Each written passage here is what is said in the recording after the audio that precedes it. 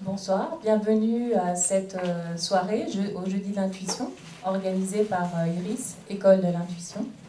Cette soirée s'intitule « Réveiller l'intuitif qui est en vous », tirée du livre d'Arnaud Rioux, « Réveiller le chaman qui est en vous », que j'ai là, que j'ai lu, relu, gratté, annoté pour poser toutes mes petites questions ce soir. Bienvenue. Arnaud, bonsoir. Merci d'avoir accepté cette invitation. Avec plaisir. Je suis très intimidée en fait, on ne voit pas, mais quand même. Et puis je suis intimidée aussi parce que cette salle est complète, pleine de filles. Où sont les hommes? Là. Alors je crois qu'il y a un Jacques, il y a un Cyril et peut-être un Gérard. Enfin, j'ai vu 3 noms masculins. Hein? Alors, je suis honorée de recevoir Arnaud. Je ne vais pas dérouler sa bio parce qu'elle est très très longue et Arnaud a eu des vies professionnelles dans le passé multiples, présentes et à venir.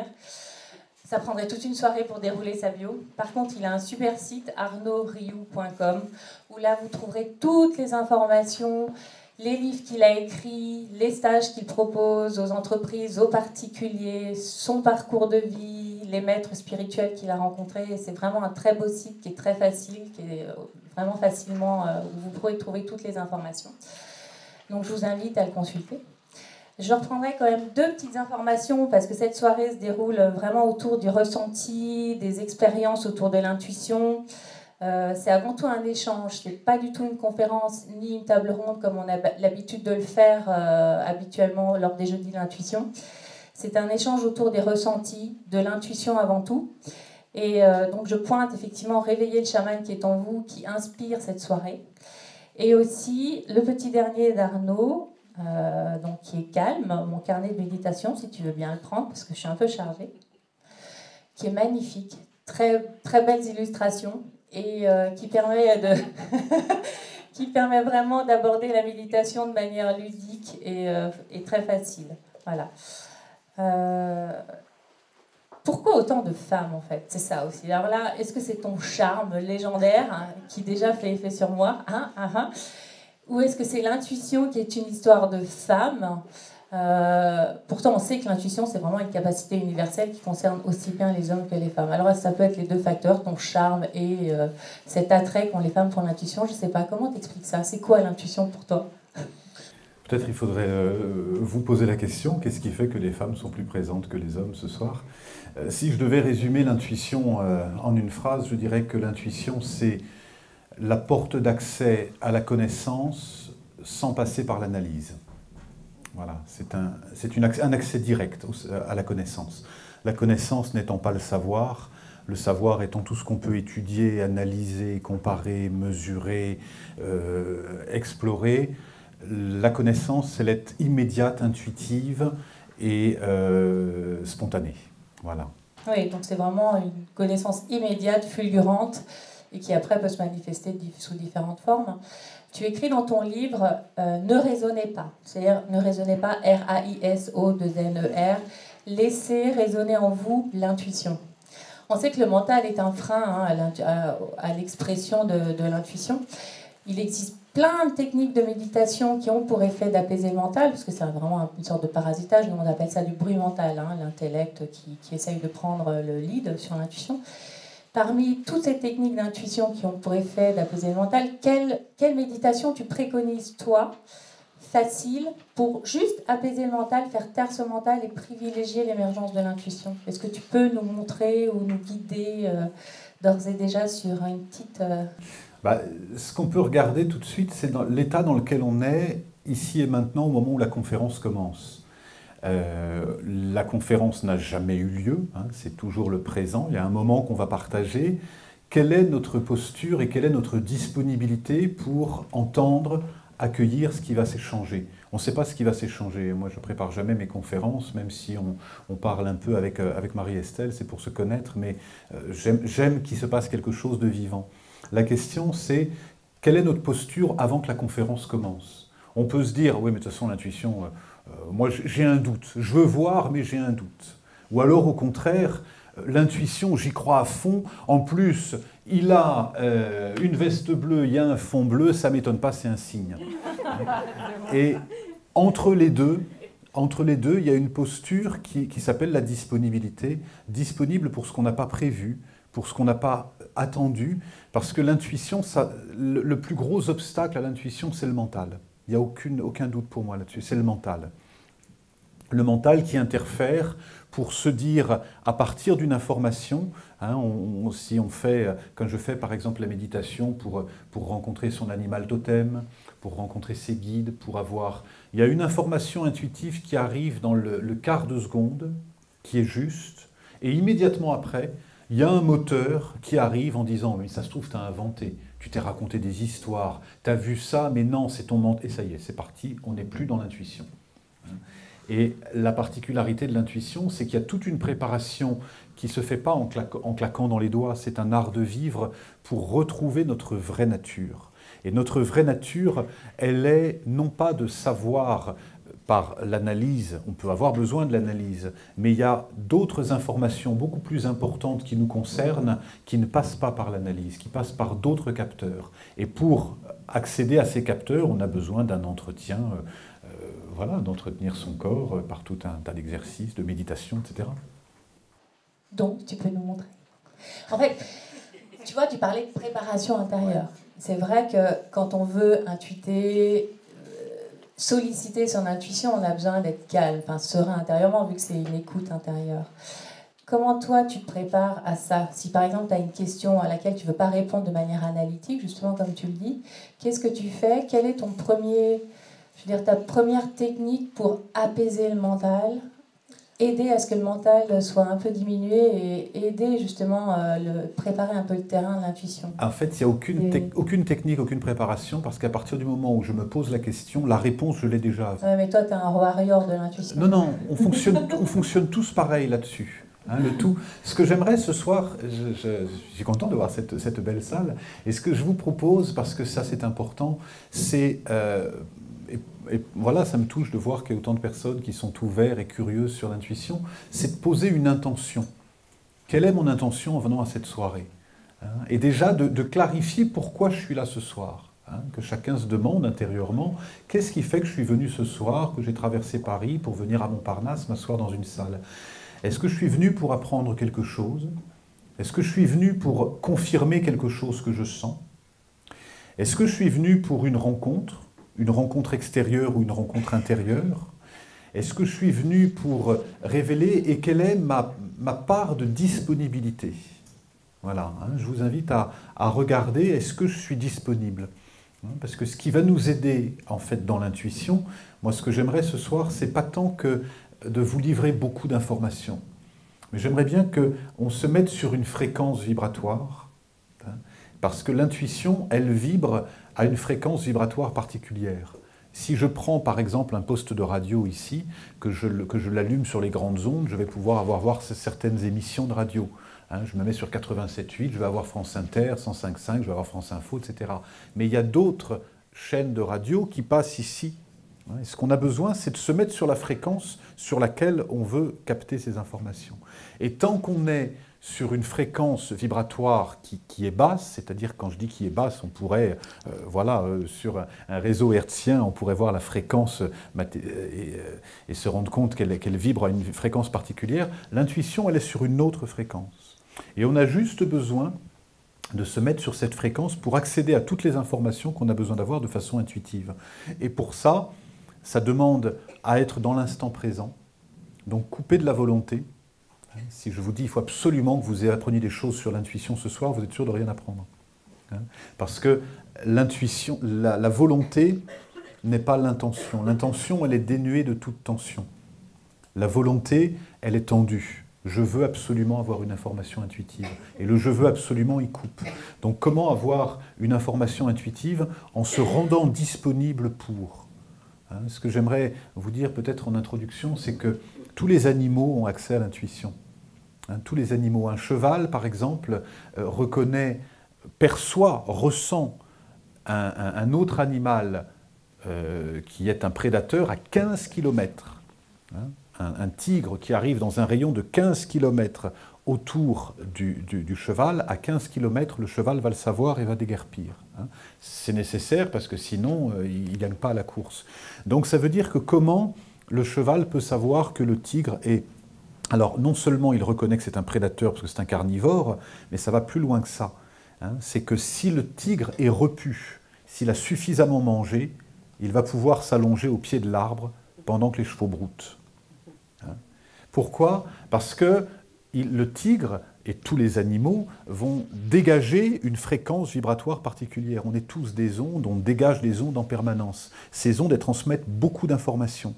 L'intestin a une onde particulière. Un intestin qui est plein, un estomac qui est plein, ont une fréquence d'onde qui est différente d'un estomac qui est vide. Et tous les animaux s'en servent comme ça pour savoir, ce prédateur, s'il a assez mangé, je le laisse dormir à côté de moi. Comment ils le savent? En se reliant à une fréquence vibratoire fine, subtile, qui demande de ne pas passer par le mental.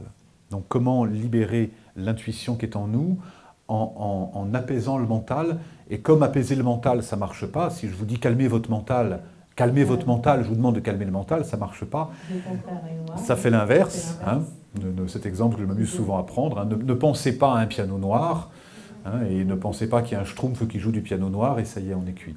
Donc ça veut dire qu'on ne peut pas se dire « je ne vais pas penser ». Par contre, on peut mettre notre conscience ailleurs. Où on va la mettre? On peut la mettre dans l'abdomen. Hein, là, tout de suite, déjà. On peut instantanément mettre notre présence, hein, dans l'abdomen et se dire « tiens, je n'attends rien ». Hein, je n'attends rien et donc je suis ouvert à d'autres informations qui peuvent venir ailleurs. Hein. Mais c'est fin, c'est subtil, c'est entre deux. Bon, il faut avoir bien mangé alors. Hein. On va entendre les ventes gargouiller, c'est pas forcément l'heure. Comment tu fais là, justement la part des choses entre... On sait qu'on est traversé par des milliers de pensées par jour. Je crois que c'est de l'ordre de 80 000 pensées par jour et tout type de pensées. Et là-dedans, au milieu de tout ça, il y a parfois des informations intuitives, mais on n'a pas forcément, justement, elles sont noyées dans ces pensées-là, dans ce mental. Comment on arrive à faire la part des choses quand on n'est pas un maître Jedi du tri des pensées, du tri cognitif qui nous assaille, en fait, au quotidien? Comment faire? On apprend à le devenir. Mais comment? Moi, je suis toujours dans le comment. On apprend à le devenir. Qu'est-ce que tu fais, toi? S'il y avait une pilule miracle, en vous disant, écoutez, j'ai un truc super, alors là, je vais vous dire, j'ai un truc à vous vendre, c'est du tonnerre de Dieu, vous faites cet exercice 3 fois et en 2 jours, c'est réglé, je crois que depuis le temps que je cherche, j'aurais trouvé et puis j'aurais fait fortune avec ça. Non, le mental, en fait, c'est tout un entraînement, c'est le chemin d'une vie. C'est le chemin d'une vie. Et c'est bien de se dire, ok, c'est le chemin d'une vie, je lâche la pression. Hein, c'est très bien comme ça. C'est le chemin d'une vie. Qu'est-ce qui va nous aider à développer l'intuition? Ça ne peut être que des choses simples. Apprendre à être dans l'ici et maintenant. Hein? Tu as un petit exercice dans l'ici et maintenant, par exemple? Je sais pas. Enfin, moi, je fais pas d'exercice. Je cherche. Vous voulez un exercice? Ouais. Allez, on va... Eh ben, directement dans un exercice, vous voulez? Allez, eh ben, on va faire un exercice tout de suite.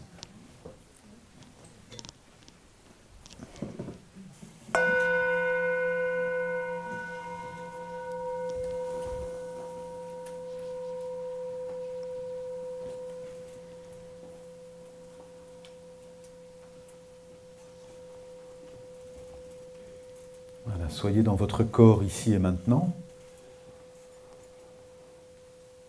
Et soyez juste dans le contact avec le sol, le contact du sol sous les pieds,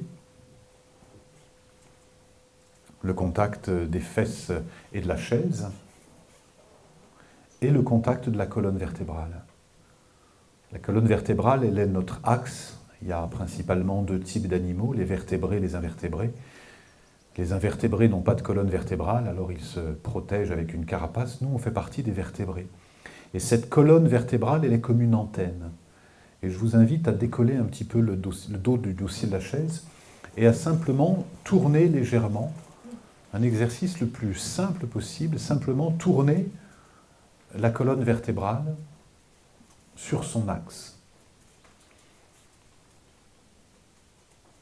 Voilà, dans un sens et dans l'autre. Et de ralentir suffisamment pour être totalement attentive à toutes les sensations, les micro-sensations. Les vertèbres qui bougent, qui touchent. Les sensations qui vibrent au niveau de la colonne vertébrale, au niveau des muscles du dos, au niveau de la peau qui se tend, qui se détend. On amène en fait la conscience ailleurs. Et on revient au centre et on va simplement lever la colonne vertébrale et la baisser. Et on intègre 2 qualités. La première, c'est d'être complètement à ce qu'on fait et on lève et on baisse. Et la deuxième qualité, c'est de le faire en respirant profondément. Et on lève en inspirant et on descend en expirant. On lève en inspirant et on descend en expirant. Et on peut poser la main sur l'abdomen et on sent que notre centre se trouve dans l'abdomen, au niveau du nombril, ce que les Japonais appellent le hara, le centre vital. Voilà, et on sent simplement cette présence ici et maintenant. Et le fait de poser la main sur l'abdomen, la main sur le hara, on calme, on apaise le corps. On se relie en fait à l'endroit qui est plein de nous. Et si on est plein de nous, alors on peut fonctionner comme une antenne. C'est Einstein qui dit on n'est pas des ordinateurs, on est des antennes. Et on va prendre une grande inspiration et sur l'expiration, on va chanter le son A en visualisant juste un soleil au niveau du nombril. On prend une grande inspiration. On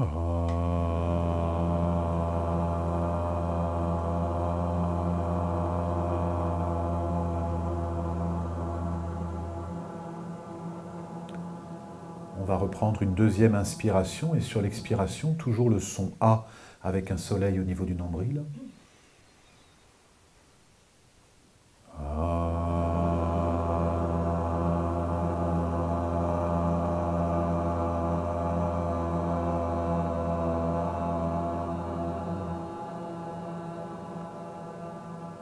Et une troisième fois.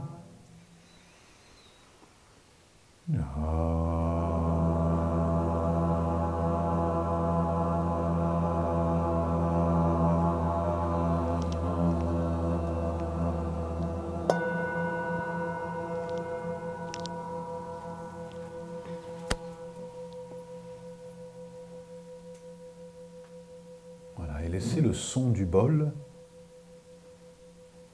résonner en vous. Sentez que le son se prolonge en vous, qu'il n'y a pas de différence entre l'intérieur et l'extérieur.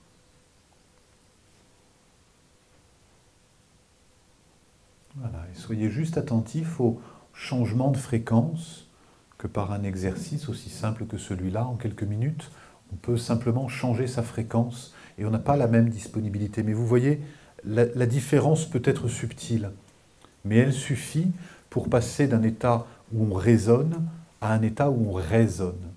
On laisse résonner. Là, c'est bien, on le ressent très bien. Et l'énergie a changé. Vous êtes bien, vous êtes bien. Justement, l'état d'esprit compte beaucoup quand on veut laisser émerger l'intuition, notre propre état d'esprit. Les émotions, je veux dire, si on est dans des émotions qui sont négatives, soit tristesse, colère, on a plutôt tendance à être replié sur soi-même, à avoir une sorte de focus très interne. Et même dans la vie courante, hein, on loupe les opportunités qui peuvent arriver quand on est dans cet état émotionnel. Et en matière intuitive, c'est pareil. Si on est dans des émotions comme ça négatives, on est mal barré finalement pour percevoir intuitivement. Tu parlais dans ton livre de légèreté et de joie qui étaient absolument nécessaires pour s'ouvrir vers d'autres mondes. Donc, comment on cultive justement cet état de légèreté et de joie, puisque de cet état émotionnel, selon toi, ça va conditionner effectivement une perception, une ouverture à une fréquence vibratoire, une fréquence beaucoup plus favorable à la voix intuitive, à la résonance de cette intuition. En fait, j'ai rien à vous apprendre ce soir, juste vous aider à désapprendre parce que profondément vous savez. Et ce qui me vient par rapport à la joie, je pense à l'enfant tout de suite. L'enfant, il est spontanément dans la joie. Il est spontanément dans la joie, il est spontanément dans l'éveil. Moi, j'ai eu cette expérience un jour où j'étais allé au Tibet et puis j'avais rencontré un maître tibétain avec qui je devais recevoir une initiation. Et puis j'avais fait des milliers de kilomètres, j'avais marché longtemps pour le rencontrer. Et puis quand je suis arrivé le voir, je m'attendais à avoir une information ésotérique importante. Il m'a juste tapé sur la tête en me disant « Just be like a kid ». Et je me suis dit, c'est ça le mantra, « Just be like a kid », hein, sois juste comme un enfant. Parce que l'enfant, il est libéré de l'enjeu. L'enfant, il n'est pas dans la volonté. Il a la capacité à changer intuitivement et spontanément d'état émotionnel. Il est dans la joie, et d'un seul coup, il est dans la tristesse. Et d'un seul coup, il est dans la peur. Et d'un seul coup, il est dans la joie. Et il vit des émotions. Ces émotions, quand elles s'expriment, elles permettent en fait à l'énergie de circuler en nous. Quand on bloque ces émotions, on transforme les émotions en sentiments. La différence, c'est la durée de vie. Et d'un seul coup, la peur devient une névrose, la joie devient une hystérie, la colère devient une agressivité. Parce qu'on retient. Et en fait, ce qu'on a besoin par rapport à la joie, on a chez nous l'autre jour, je riais, et puis quelqu'un me dit « Mais pourquoi tu ris ?» Et la question m'a fait rire en elle-même. J'ai ri de plus belle parce que... C'est une question d'adulte. C'est une question d'adulte. Pourquoi tu ris ? Pourquoi je ris ? Parce que c'est ma nature. Et c'est notre nature à chacun. Il n'y a pas besoin de raison. Regardez l'enfant à qui vous faites un coucou. Coucou. Vous pouvez le faire 100 fois. 100 fois, il va se tordre de rire par terre. Pourquoi ? Parce que c'est sa nature. C'est sa nature. Et cette nature, chacun d'entre vous, chacun d'entre nous, on en a fait l'expérience. Et c'est la joie qui attire le bonheur. Mais simplement, à un moment donné, on nous a fait croire l'inverse. On nous a voulu nous faire croire que c'était le bonheur qui attirait la joie. Non, c'est la joie qui attire le bonheur. C'est parce qu'on est nous-mêmes dans notre rayonnement qu'on attire à nous tout ce qu'on a besoin d'attirer. L'activité, l'amour, le bonheur, tout. Mais ça passe de l'intérieur, tout passe de l'intérieur. Ça me fait penser à une phrase aussi... On dit souvent que le sourire attire la joie. C'est pas seulement quand on est émotionnellement joyeux qu'on sourit. Si vous faites l'inverse, en fait, la technique inverse, c'est-à-dire de vous forcer à sourire même quand vous êtes triste, finalement, ça trompe votre cerveau qui pense qu'en fait vous êtes joyeux. Et du coup, ça déclenche un état émotionnel adapté à cette manifestation physique que vous provoquez. On a juste besoin, en fait, les petites reprogrammations à faire, c'est de ne pas croire que le centre, il est là-haut. Ça, c'est ce qu'on nous a dit. On nous a gonflé la tête pendant des années à l'école en disant « il faut remplir pour être intelligent ». Non, l'intelligence, si je reprends la devise d'Einstein, l'intelligence, c'est notre capacité à nous adapter à l'autre. C'est ça, l'intelligence. Et on n'a pas besoin de là-haut. On a 3 intelligences dominantes. La première intelligence, c'est l'intelligence du hara, intelligence vitale. Deuxième intelligence, c'est l'intelligence du cœur. Troisième intelligence, l'intelligence cérébrale. J'ai besoin des 3. Tous les animaux sont reliés à l'intelligence vitale. Un oiseau, il sait retrouver son nid. Un lion, il sait trouver sa femelle. Il sait trouver à manger. Il sait comment protéger ses enfants. Vital, on est tous reliés, tous les animaux. Deuxième intelligence, l'intelligence du cœur. L'essentiel des animaux sont reliés à cette intelligence du cœur. Et on a vu non seulement des lions, des mères et des pères s'occuper de leurs enfants, mais on a vu aussi des lionnes prendre soin d'un babouin. On a vu un tigre prendre soin d'un zébu. On a vu, donc, tous les animaux sont capables de l'intelligence du cœur. Et l'intelligence cérébrale, qui nous permet, par exemple, de compter combien il y a de personnes ici, combien sont les cheveux blonds, les cheveux noirs. Là, c'est une intelligence particulièrement réservée aux humains. De cette intelligence-là. C'est-à-dire qu'on a besoin de l'analyse. Là où on fait erreur, c'est quand on donne trop de pouvoir à cette intelligence-là. Alors que au niveau de l'intuition, on n'en a pas besoin. Je vous disais tout à l'heure, le cheval, il est capable de reconnaître un prédateur, mais la fourmi, elle sait exactement dans quelle terre, etc. Vous connaissez les histoires avec les koudous, vous connaissez pas. Oui, c'est des histoires que vous connaissez, peut-être, je ne vais pas les redire. Mais enfin, il y a beaucoup de... Au niveau de l'intuition animale, hein, l'histoire, c'est avec l'intelligence végétale. Hein, dans les acacias en Afrique, on avait vu ça. Il y avait une réserve d'acacias et à un moment donné, il y a des koudous, qui est une forme d'antilope, qui commençaient à manger les acacias. Et quand on a trouvé des antilopes empoisonnées, parce qu'elles avaient un taux de tanin trop élevé.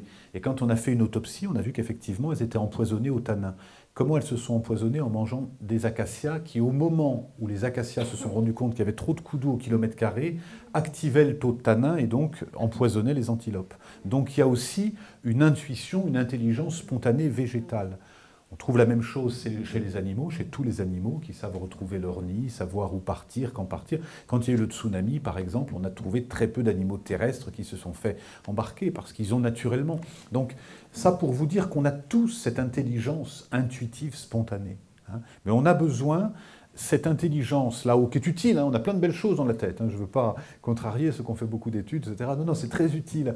Mais ce n'est pas ça qui va nous aider dans l'intuition. Ni dans la vie. C'est pas uniquement ça. Hein, et en tout cas, si vous êtes là, c'est que vous vous intéressez à l'intuition, ça veut dire de mettre switch off. Hein. Marie-Estelle disait qu'on a 80 000 pensées à peu près par jour. Ces pensées se catégorisent sensiblement en 3 types. Les premières, c'est les pensées juste, il n'y a pas d'émotion particulière. Ah bah tiens, elle a une jupe rouge, ah bah tiens, elle a du vernis à ongles. Il n'y a pas une émotion particulière. Hein. Les deuxièmes, c'est les pensées de préparation. Ah bah tiens, je vais réserver le restaurant, il faut que j'appelle avant 9 heures. Hein. Demain matin, il faut que je pense à prendre mon appareil avec moi. Et les troisièmes pensées, qu'on appelle les pensées discursives, ce sont celles qui comparent la réalité telle qu'elle est à la réalité telle qu'on voudrait qu'elle soit. Il m'a dit ça, j'aurais pas voulu qu'il me dise ça. Hein. Il est en retard, je voudrais qu'il soit à l'heure. Il fait chaud, je voudrais qu'il fasse meilleur. Et ces pensées discursives qui opposent la réalité telle qu'elle est à la réalité telle qu'on voudrait qu'elle soit, agit comme un véritable filtre par rapport à l'intuition et nous empêche de capter spontanément ces intuitions. C'est rien d'avoir de l'intuition. Vraiment, c'est un truc... on en a tous beaucoup. On a juste besoin de l'écouter. Ouais, c'est très intéressant ce que tu dis parce que ça rejoint pas mal de... On a des ponts, on a vraiment des points en commun par rapport à toutes ces pensées parasites. Je sais que dans le processus intuitif, alors je parle plutôt technique, à chaque fois qu'on va solliciter son intuition de manière volontaire, parce qu'on sait que l'intuition, on peut la solliciter de manière volontaire. Il y a eu plein de travaux au niveau des scientifiques qui établissent que c'est un phénomène reproductible et volontaire, auquel on peut vraiment faire appel. D'ailleurs, les chamans en sont un exemple marquant, c'est-à-dire qu'eux vont appeler volontairement leur intuition pour répondre à des problématiques. Et avant donc, de faire ce travail intuitif, on a une petite technique, une petite astuce qu'on appelle, nous, mettre de côté un peu toutes ces pensées parasites qui peuvent nous empêcher justement d'entendre notre intuition et qui sont ces fameuses pensées... des facteurs de stress. Oh là là, faut pas que je loupe mon rendez-vous. Alors, le tout, c'est de se scanner intérieurement, de se dire, ok, qu'est-ce qui me dérange, qu'est-ce qui peut potentiellement me déranger, que ce soit des manifestations physiques, un mal de ventre, quelque chose qui vous gratte. Donc, de faire une sorte de prise de conscience, hein, d'être dans l'état présent. Des causes de stress, voilà, il faut que j'aille chercher ma fille à telle heure, donc je ne peux pas non plus passer 1 heure à solliciter mon intuition. Et donc c'est de se scanner intérieurement, d'être vraiment dans l'état présent et aussi dans un état interne très présent, et de lister, en fait, de prendre contact avec tout ce qui pourrait nous gêner, toutes ces pensées parasites, et les lister sur un bout de papier. Et rien que de faire ça, en fait, ça met de côté un peu tous ces filtres, ce que tu appelles des filtres, pour pouvoir ensuite rentrer dans un état interne beaucoup plus serein, plus posé, pour faire appel à son intuition. Ouais. Et ça, c'est de l'instant présent, c'est aussi commencer à s'écouter intérieurement. Mais c'est en amont, en fait, en préparation avant. Ouais. Ça nous demande aussi, dès qu'on s'intéresse à l'intuition, ça nous amène à nous interroger sur notre véritable nature. Hein, et pourquoi on veut développer l'intuition? On veut développer l'intuition. Pourquoi les animaux, par exemple, leur intuition est indispensable? Les hirondelles ont besoin de savoir à quel moment partir. Les poissons ont besoin de savoir à quelle profondeur plonger. C'est vital pour eux. Donc ces informations intuitives, la question c'est pourquoi nous, on va avoir accès à notre intuition. Et si on a besoin de l'intuition, c'est, je crois, pour nous permettre d'être pleinement dans notre humanité. Et être pleinement dans son humanité, c'est quoi? C'est être dans son corps, être dans son cœur et être en lien avec sa vocation et ce qui nous amène à être là sur la Terre. Qu'est-ce qu'on fait sur la Terre? On a une vocation, chacun, on est là pour quelque chose. C'est pour ça qu'on a besoin de l'intuition, pour affirmer notre humanité et savoir où est notre place. Est-ce que ce métier est bon pour moi ou pas? Est-ce que cette personne avec qui je vis, la relation est juste ou pas? Est-ce que c'est bien de partir en vacances au mois de juillet ou au mois de septembre? Est-ce que c'est bien que je prenne le train ou l'avion? Est-ce que c'est juste que j'accepte cette conférence? Est-ce que toutes ces questions qui sont là, elles visent à quoi? Si, et c'est là qu'on a différents degrés d'intuition, si jamais je veux simplement mon petit confort, je vais avoir des petits résultats d'intuition. Si jamais je me dis, ok, je veux affirmer complètement qui je suis, et donc être en lien avec ma dimension divine ou sacrée. Quand je dis divin, il n'y a rien de religieux dans ça. Mais je veux accéder à ma dimension divine. Et là, à ce moment, j'ai accès à une autre forme d'intuition qui est beaucoup plus puissante parce qu'on reconnaît notre véritable nature. Et là, on se met au service de quelque chose de plus grand. On trouve notre place dans le banc de poissons. On suit le mouvement. Mais tant qu'on est en résistance avec le mouvement, ah oui, mais je ne veux pas passer par là. Regardez comment ça se passe. Un après-midi, j'ai passé 3 heures. C'était en Martinique, j'étais sur un pont, il y avait un banc de poissons. Et je prenais un petit caillou tout petit et je le lâchais au milieu du banc. Et ça faisait comme un mandala, vous voyez, ça faisait comme ça. Et puis il se remettait. Et puis ça m'impressionnait, donc je reprenais un caillou, je relançais, ça faisait à chaque fois... C'est un enfant, hein. Il joue. Ah oui, mais j'ai passé 3 heures. Et après, je me dis, est-ce que c'est la même chose? Et comme les poissons revenaient, je me dis, est-ce que c'est la même chose si je le mets au centre? Alors quand je faisais au centre, ça faisait vraiment comme une fleur qui s'éclot. Mais si je le mettais à l'avant du banc, les poissons avaient un mouvement vers l'arrière. Et si je le mettais à l'arrière, ils avaient un mouvement sur le côté. Donc je cherchais à comprendre. Mais surtout, ce qui est incroyable, c'est que je me disais, tous les poissons entre eux n'étaient pas à se dire « Attends, là, il a envoyé un caillou là, tu crois qu'on bouge à gauche ou à droite ?» Non, ils font partie du banc. Et naturellement, il y a quelque chose qui se fait. Il n'y a pas la place pour le mental. Et quand les hirondelles partent au milieu du mois de septembre, qu'elles se retrouvent sur le fil, elles ne sont pas non plus à se dire « Attends, t'as vu Josette qu'est-ce qu'on fait? On attend un quart d'heure? Non, un quart d'heure, là, il y a des nuages, on va peut-être attendre. Ouais, mais en même temps... » Non, non. À un moment donné, elles sont reliées à une dimension qui dépasse la personnalité. Elles sont dans quelque chose de plus grand. Et nous, pour accéder vraiment à la plus belle dimension de notre intuition, on a besoin de se relier à quelque chose de plus grand qui dépasse notre intérêt égotique lié à la personnalité pour s'ouvrir à quelque chose de plus grand. Et là, l'intuition qu'on reçoit, elle est multipliée par 10 peut-être. Elle n'a rien à voir avec la petite intuition de se dire « Ah, je crois que je vais mettre des chaussures rouges ce soir parce que... » Non, on a accès à beaucoup plus d'informations. Alors, tu donnais comme exemple plein de questions fermées. Est-ce que c'est bon pour moi de faire ça? Est-ce que je dois aller à tel rendez-vous, etc. On sait que l'intuition, elle passe aussi bien... Elle a plusieurs formes de manifestation. Elle peut passer par le mental, etc. Donc, c'est de l'ordre d'une information qui passe rapidement, donc qui est immédiate et qui est hors raisonnement, qui ne s'appuie pas sur le raisonnement. Mais elle peut aussi passer directement par le corps. L'intuition du corps, c'est des ressentis kinesthésiques qui peuvent être vraiment très subtils, comme ne pas être subtils, comme les mouvements réflexes. Nous, on dit souvent que l'intuition du corps permet de répondre justement à des questions fermées. Et je sais que tu as une petite technique que j'ai lue dans le livre, justement pour ce type de questions fermées. Est-ce que demain j'ai un entretien professionnel? Est-ce que je dois y aller en fait? Est-ce que c'est bon pour moi? Ça, c'est des questions fermées, réponse par oui ou par non. Et le corps, l'intuition du corps a justement cette spécificité de pouvoir répondre à ce type de questions. Donc il faut absolument être vigilant, je pense, par rapport au ressenti qu'on peut avoir. Et en fonction du ressenti kinesthésique qu'on va avoir, la réponse ne sera pas la même. Tu peux nous montrer comment tu fais? Parce que tu fais forcément, toi, je sais. Alors, Oui, je fais. En fait, comme ce soir, on est dans la pratique. Moi, je veux que tu m'apprennes, que tu nous apprennes. Comment on fait? Exemple, j'ai une question fermée. Ouais. Je vais tous vous la dire, vous saurez un petit truc de moi. Est-ce qu'un jour, je vais me retrouver sur scène avec Florence Foresti? Ça, c'est ma question fermée. Si maintenant tu me dis, ouais, je suis fan de Florence Foresti, il y en a qui savent dans la salle. Hein. Si maintenant tu me dis, ok Marie, tu vas, je sais pas, est-ce que tu peux me guider pour justement faire en sorte que mon corps puisse m'envoyer une réponse à cette question fermée, oui ou non? Alors, comment je ferais? Moi, à un moment donné, je me suis... une question fermée en tête aussi, comme ça... Ok, bon, on va faire ça. Très bien, ok. Yes. Un jour... Cherchez votre question. Cherchez votre question. Question fermée, obligatoirement. La première qui vient. Voilà. Hein. Un jour, et puis ça va être très pratique parce qu'un jour, moi je me suis intéressé à la radiesthésie, bien sûr, et puis le pendule, ça marchait pas très bien avec moi. Ça marchait, mais pas très bien. Et puis un jour, j'étais avec la personne qui m'apprenait le pendule, et puis je lui dis, mais ça fonctionne pas très bien avec moi. Il me dit, mais non, mais regarde ton corps. Non, parce que j'en ai plus besoin. En plus, j'en ai tellement perdu. J'en ai tellement perdu que je me suis dit, je vais faire autrement. Et je me suis rendu compte, quand je faisais le pendule, que mon corps avait la réponse. Et comme j'avais la réponse, le pendule, il n'avait pas besoin de me le dire. Et c'est la personne en face qui m'a dit, mais regarde ton corps. Mais j'ai dit, mais oui, c'est vrai, le corps, il est toujours en mouvement, en fait. Le pendule, c'est une manifestation du corps. Le pendule, c'est le prolongement du corps. Simplement, on se met sur une fréquence plus subtile. Le corps... Juste en introduction, partant du principe que nous ne sommes pas séparés les uns des autres. Hein.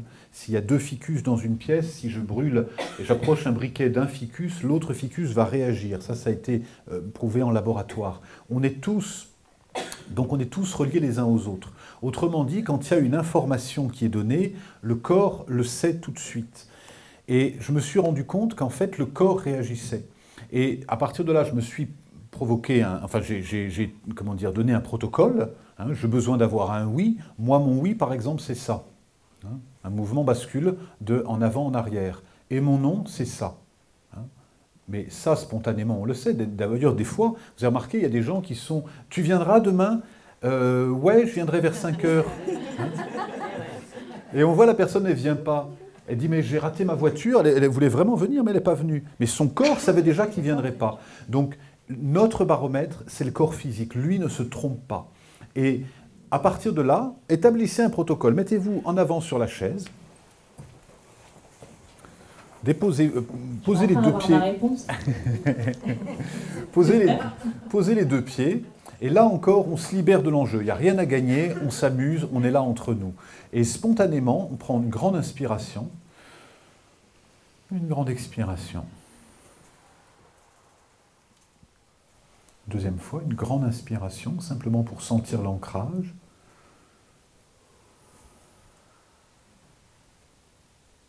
Et une troisième respiration, une grande inspire, une grande expire.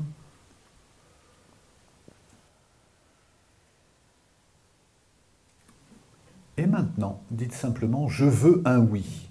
Dites-vous ça mentalement, « je veux un oui ». Et observez la réaction du corps. Ça peut être un léger mouvement, ça peut être une oscillation, ça peut être... Et ne freinez pas, laissez cette expression s'affirmer spontanément. Ça peut être minime, ça peut être « je veux un oui ». Ok. Et maintenant, « je veux un non ».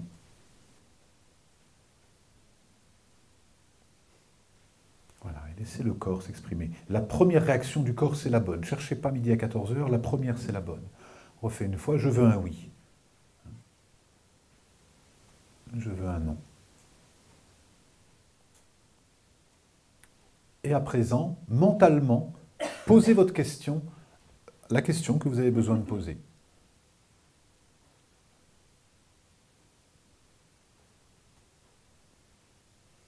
Voilà, pas plus. Pas plus. Ne passez pas... Voilà, on laisse là où c'est. Et la proposition, c'est ensuite, reproduisez-le. Reproduisez-le. Moi, je fais mes courses comme ça, par exemple, tout le temps. Est-ce que ça, c'est bon? Est-ce que ça, c'est bon pour moi? Alors, j'ai plusieurs... Je vais vous donner deux, trois petites choses pour ça. Mais je vais vous dire comment je fonctionne par rapport à ma lecture.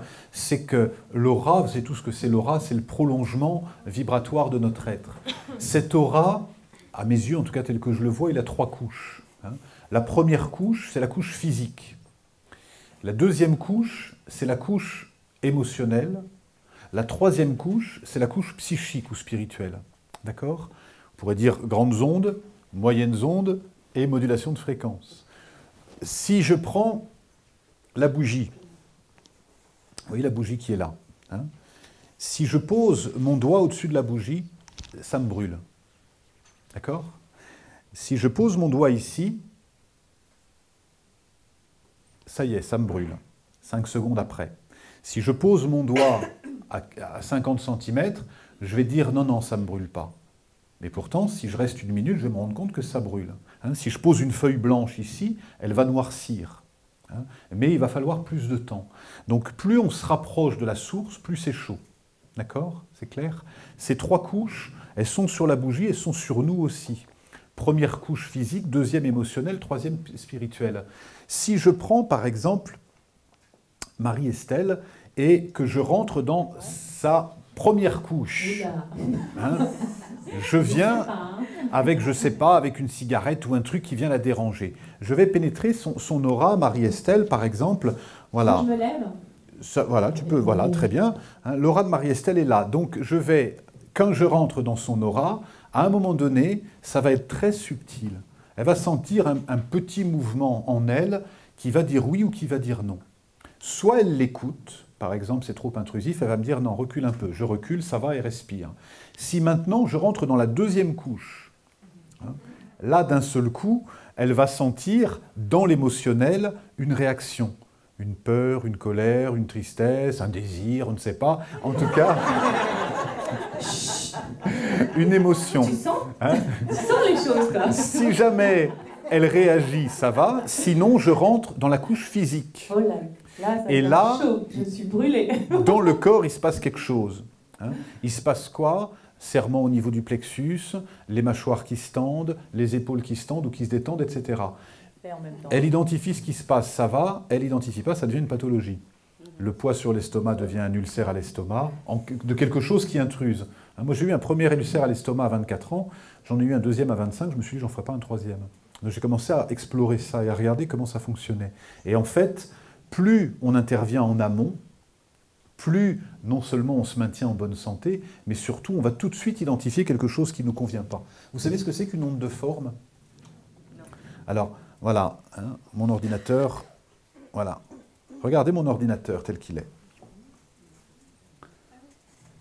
Et restez quelques secondes à regarder mon ordinateur. Qu'est-ce que vous ressentez dans votre corps? Tel qu'il est posé là.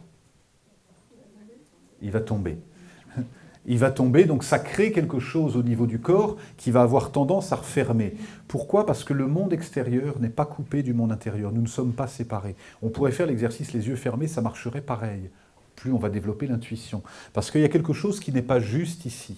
Donc si jamais je passe toute ma matinée ici, il y a un moment donné, ça va commencer à vraiment me poser sur la poitrine. Un jour, moi j'ai un chef d'entreprise qui me disait, ouais, il voulait que je vienne dans son bureau. Et je vois dans son bureau, il y avait 2 flèches qui étaient comme ça.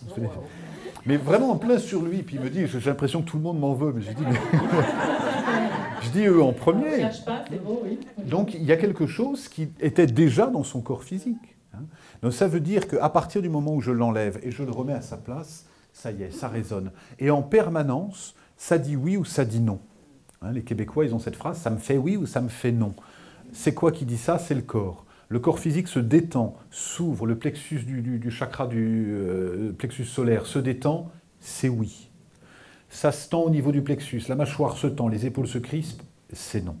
Et la proposition, c'est que plus vous allez écouter ça, plus vous allez donner à votre corps l'information que vous êtes prêt à écouter ce qui se passe.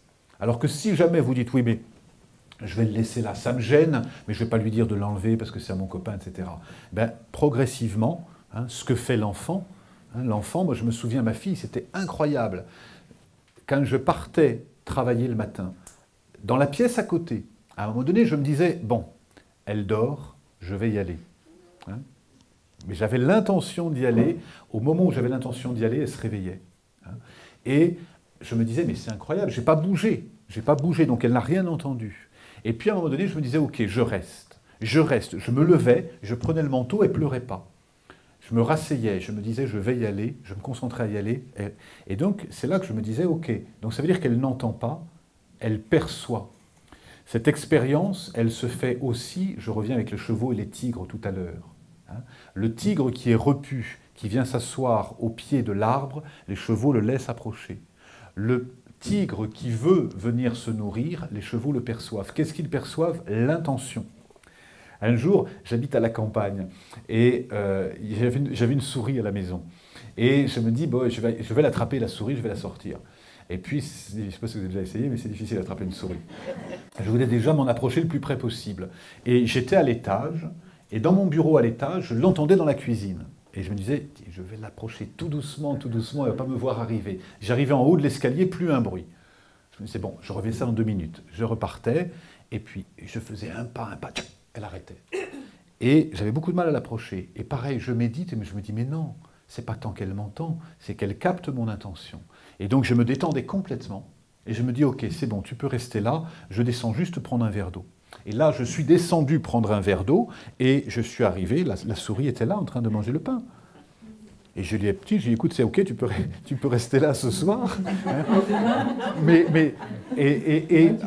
Après, bon, je ne sais pas, il ne faut pas que je le dise trop, sinon je vais passer pour... Mais c'est vrai que j'ai fait un pacte avec elle en lui disant, écoute, je te laisse là, mais tu n'amènes pas ta famille.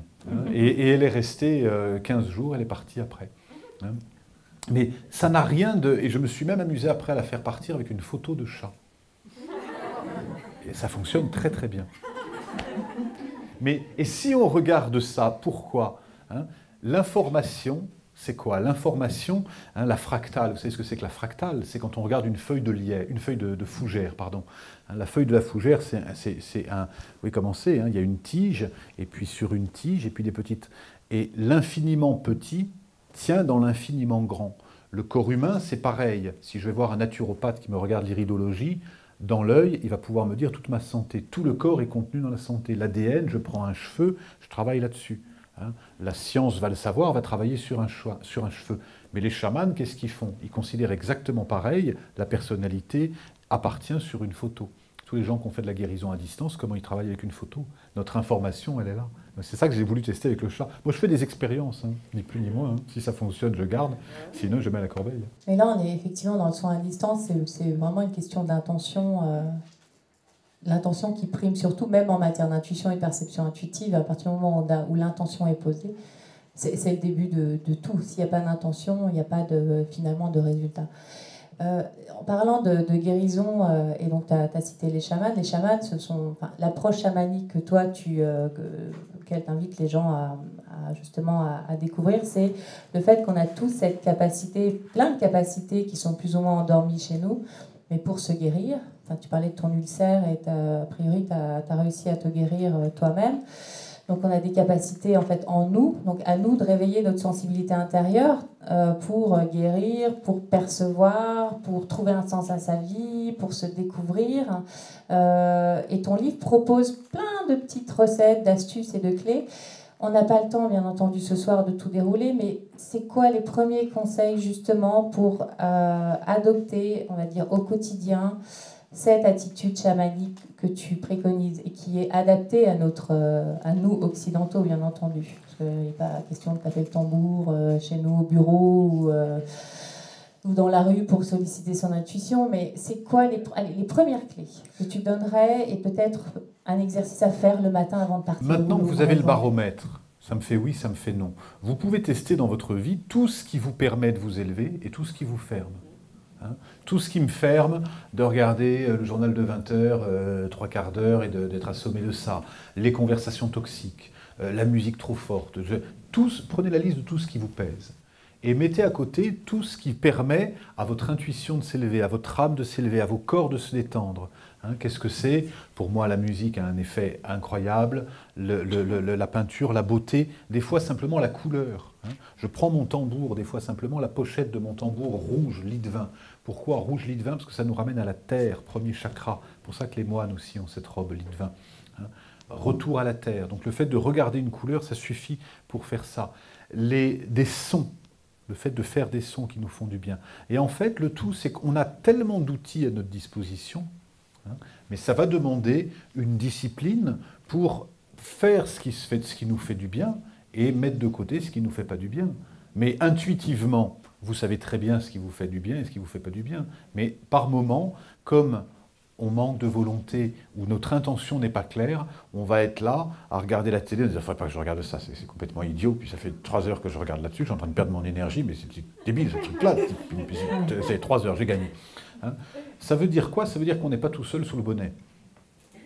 On n'est pas tout seul. Il y a au moins le maître en nous, celui qui sait exactement ce qui est bon pour nous, qui sait exactement là où on doit aller pour s'éveiller.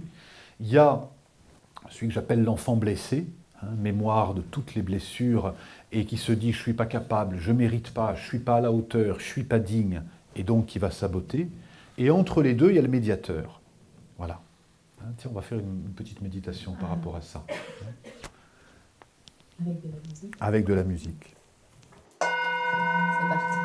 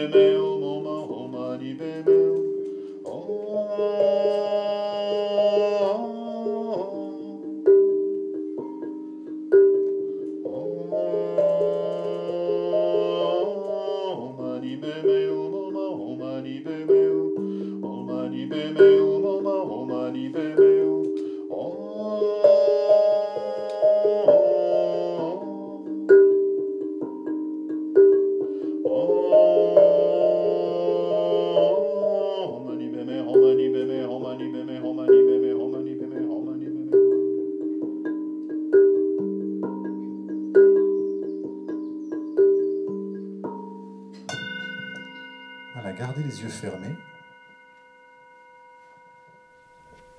Soyez présent en vous, présent dans votre corps physique, ici et maintenant.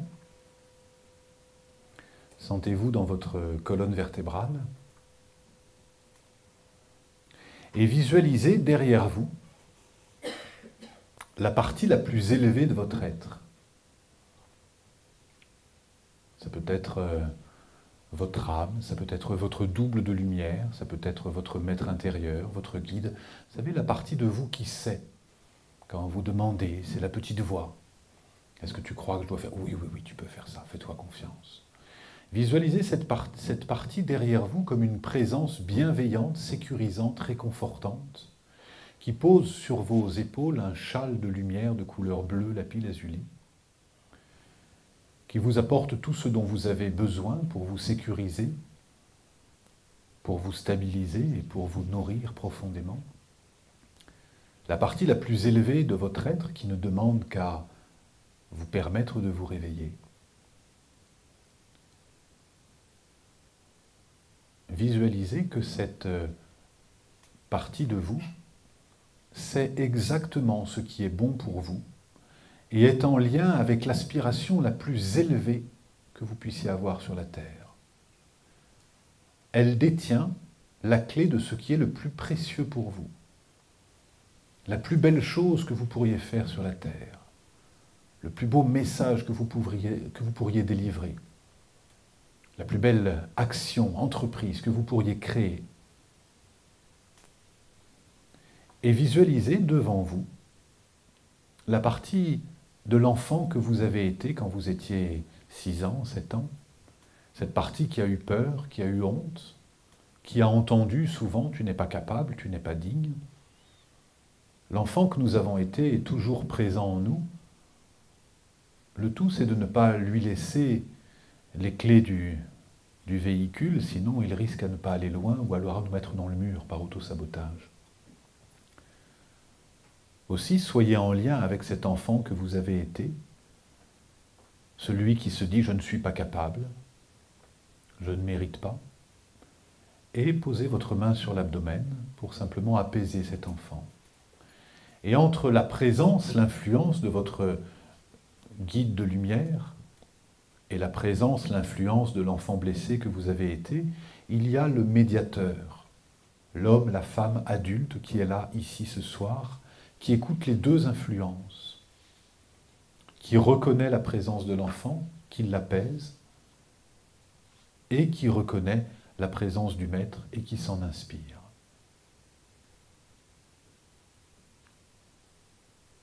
présence de l'enfant est porteur de toutes les émotions. Il n'est pas question de l'empêcher de s'exprimer.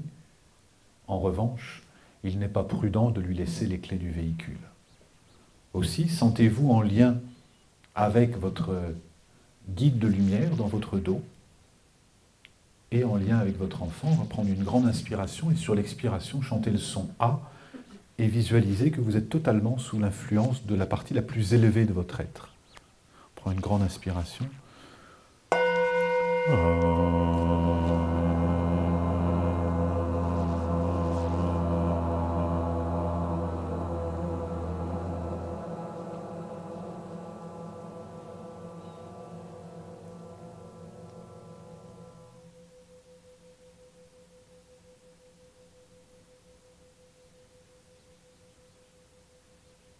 Voilà, avant d'ouvrir les yeux, sentez que quelque chose a changé au niveau de votre fréquence vibratoire. Ce guide de lumière, ce maître intérieur, appelez-le comme vous voulez, c'est celui qui vous inspire ce qui profondément est bon pour vous. Vous savez, quand vous avez une décision à prendre, celle qui vous dit « t'es capable, tu mérites, tu peux, va vers ça, tu peux le faire, vas-y ». Hein, cette petite voix qui vous inspire. Est-ce qu'il y a quelqu'un dans la salle qui n'a jamais entendu sa petite voix? Depuis 15 ans que je fais des conférences, personne n'a levé la main. On est tous en lien avec ça. Le tout, c'est quel crédit on lui donne. Et plus on le nourrit, plus on nourrit en disant « Ok, je prends le risque d'y aller, même si ça semble... » J'étais dernièrement avec un ami, Grégory Mutombo, qui est un ancien militaire, qui me racontait comment, en Nouvelle-Calédonie, alors qu'il s'est retrouvé dans une situation pris... Et au dernier moment, il a décidé de se dire « Non, on ne passe pas par là. Hein, on passe par là. » Alors que le plan d'état-major était fait, c'était validé, etc. Il a interdit à ses soldats de bouger. Il dit « On passe par là. » Mais pourquoi? Tout est rationnel, nous dit de passer par là. Oui, mais une intuition me dit de passer par là. Et là où il devait aller, il y avait 4 voitures piégées qui ont fait 132 morts. Et c'est subtil au moment où ça se passe, ça ne dure pas longtemps. Mais plus vous allez donner du crédit, plus votre guide intuitif va vous souffler à l'oreille. Il dit « Ok, tu m'écoutes, bah alors ça va, je vais te dire des choses si tu m'écoutes. Hein. » C'est un entraînement. C'est un entraînement. C'est un entraînement. Surtout aussi le retour, ça appelle le feedback aussi. Ouais. Dire « Ok, bah, j'ai eu raison. » Donc l'intuition du coup va dire « Oh, elle m'a écouté, donc je vais lui en redonner à chaque fois. Ouais. » Tu parlais de guide, ça me ramène un peu à l'approche, à la tradition chamanique. Bon, on a tous la connaissance en soi, on a tous la capacité d'aller chercher de la connaissance, quelle qu'elle soit, en passant par justement une écoute intérieure, écouter sa petite voix intuitive. Les chamans, pour accéder à cette connaissance, partent en voyage chamanique ou en rêve éveillé, et ils ont quand même des alliés, alors je vais y arriver. Ils ont des animaux totems. C'est leur guide à eux qui va leur permettre, en voyageant, de leur amener une réponse, une information à leurs problématiques, que ce soit une problématique liée à la guérison, trouver une plante, ou que ce soit une problématique liée à l'organisation de la tribu, etc. Nous, nos guides, est-ce qu'on peut aussi, donc est-ce que c'est ça, quand tu dis le guide, la petite voix intérieure, est-ce que finalement c'est ça notre animal totem, ou est-ce qu'on peut aussi peut-être piquer cette technique aux chamans d'Amazonie, même si c'est pas forcément adapté à notre civilisation, est-ce qu'on peut nous aussi trouver un animal totem? C'est quoi la technique? C'est pas leur piquer puisque les animaux sont là. Donc comment on fait justement? Moi, si je veux trouver mon animal totem, je fais comment? Les animaux sont là. Il vient à nous? Il vient à nous, il demande que ça. Le tout, c'est quelle place on lui fait.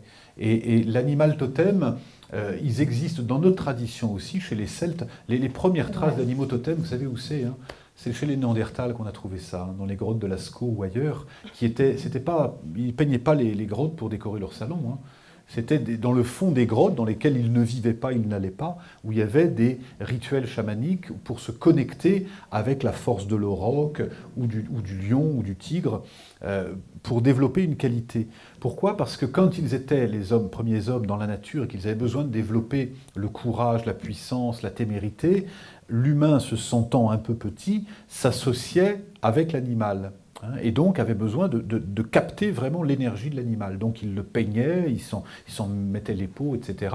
Chez nous, chez les Celtes, bien plus tard, chez les druides, chez les Celtes, etc., les druides avaient cette pratique-là. Il y avait le clan des loups, il y avait le clan... Et quand un clan partait contre un autre, qu'est-ce qu'ils faisaient? Nous, on est les ours, alors ils allaient égorger quelques ours, ils mettaient leur peau, ils mettaient les dents autour du cou, et ils demandaient littéralement à l'esprit de l'ours en disant, voilà, donne-moi ta puissance. Et quand, après avoir battu du tambour en disant on est les ours, et les autres en face peut-être allaient égorger des béliers pour se mettre les cornes de bélier sur les casques, en disant nous on va rentrer parce qu'on a une détermination telle qu'ils s'inspiraient de la détermination du bélier, ou de la puissance de l'ours, ou du sens de l'orientation du renard, ou de l'agilité du lapin, pour développer une qualité. C'est ça les animaux totems dans l'essence. Voilà.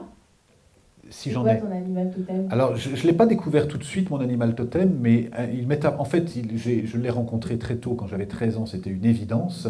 Et c'est bien plus tard que j'ai appris que Arnaud, ça voulait dire aigle. Et là, à ce moment-là, je me suis dit, mais c'est tellement évident, il était tellement présent depuis le départ. Et une petite anecdote, il y a 15 jours de ça, j'étais avec une amie, on était à Saint-Germain, et elle me pose la question, elle me dit, comment est-ce qu'on peut faire pour reconnaître l'animal totem?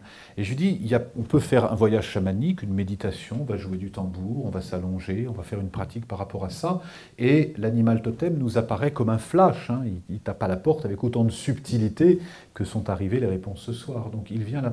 Mais il y a d'autres moments où il nous confirme ça par une vision. Et moi, par exemple, la vision, je pourrais vous le montrer sur le tambour. Voilà, il y a un bel aigle sur le tambour, mais je ne l'ai pas vu tout de suite.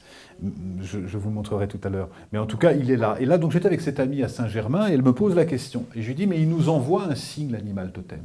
Il nous envoie un signe pour nous dire que c'est lui. Le tout, c'est d'avoir l'antenne. Et on fait 30 mètres. Et là, je vois une boutique qui était fermée derrière des grilles, et je passe comme ça. Et je fais 3 mètres en arrière, et je regarde dans la vitrine, et là, je vois une bague avec une tête d'aigle. Et le magasin était fermé, c'était fermé le samedi, il y avait des grilles. Et ça me dit, c'est ta bague, prends-la. Donc je tape à la grille, je tape à la vitre, et mon ami me dit, mais c'est fermé. Je dis, oui, mais c'est ma bague.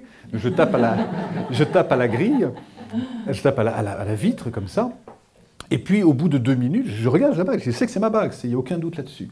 Et 2 minutes après, je vois une lumière qui s'allume, une femme qui regarde comme ça, qui sort la porte, et elle me dit, qu'est-ce que vous voulez? Je dis, je viens prendre ma bague. Mais c'était tellement clair qu'elle me dit, vous êtes Arnaud Rioux? Et là, je dis oui, mais dit, mais je connais vos livres, c'est un honneur que de vous... Je m'attendais, mais c'était tellement improbable. Et du coup, je viens et je vais directement là où il y avait plein de choses, et je dis, de toute façon, ça va être facile, j'ai des grosses phalanges, si c'est la mienne, je vais vite pouvoir le savoir. Et je la prends, et instantanément, c'est la bague qui est là.